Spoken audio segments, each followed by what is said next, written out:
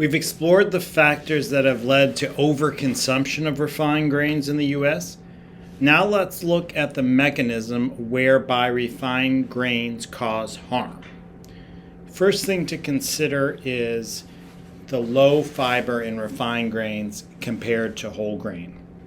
The low fiber in refined grains means that they are absorbed much more quickly into our bloodstream. Starting on our tongue, the starches in refined grains are converted by the enzyme salivary amylase into sugar, and the rapid increase in blood sugar that results from the refined grains leads to an increase in insulin levels. Insulin causes us to be hungry and to eat more and to crave that sugar on the tongue. This leads to overeating and obesity. Overeating causes obesity from the excess calories. Refined grains also cause obesity because what they're doing is causing insulin to rise, and insulin stores everything we eat as fat. So even beyond the excess calories is the effect of insulin causing us to store every calorie as fat. This also explains how the rise in insulin resulting from refined grains leads to diabetes. Diabetes is actually just insulin resistance. It occurs after a lifetime of high blood sugar leading to elevated insulin levels. Finally, the cells of the body stop responding to insulin because it's ever present. They downregulate their receptors. This causes persistently high blood sugar and storage of calories as fat in the absence of any calories getting into the cells for the work of metabolism. And finally, the low fiber in refined grains contributes to high cholesterol.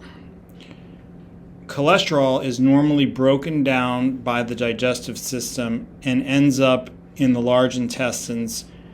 At that point, there are two fates for the bile acids, the breakdown products of cholesterol. They're either excreted in the stool or they're taken back up into the circulation and made into more cholesterol. The difference in their outcome depends on the amount of fiber in the diet. When our diet is high in fiber, as in a diet with whole grains, the fiber, which is non-digestible, binds to the bile acids and we poop out the bile acids in our stool. When our diet is low in whole grains, such as a high refined grain diet, there isn't any fiber available in the large intestine to bind to the bile acids. The bile acids, therefore, are taken back up into the circulation and made into more cholesterol, raising overall cholesterol levels. The other reason that refined grains cause harm is their low level of antioxidants, vitamins, and minerals compared to whole grains. Recall that whole grains retain the bran and the germ. It's the bran and the germ that not only have fiber but antioxidants, vitamins, and minerals. These are lost in the refining process. Having antioxidants, vitamins, and minerals reduces inflammation in the body, improves the gut microbiome in the gut. The corollary or the downstream effect of this is a decreased risk in cancer and heart disease when we have the whole grain with its antioxidants, vitamins, and minerals. When we have refined grains, we don't have the benefit of these substances, and the rates of cancer and heart disease increase relative to those who consume whole grains.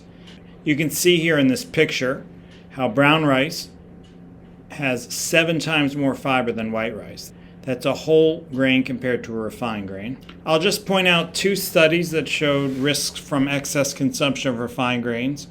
One showed that there was a 69% higher risk of high blood pressure for those who consumed the highest levels of refined grains.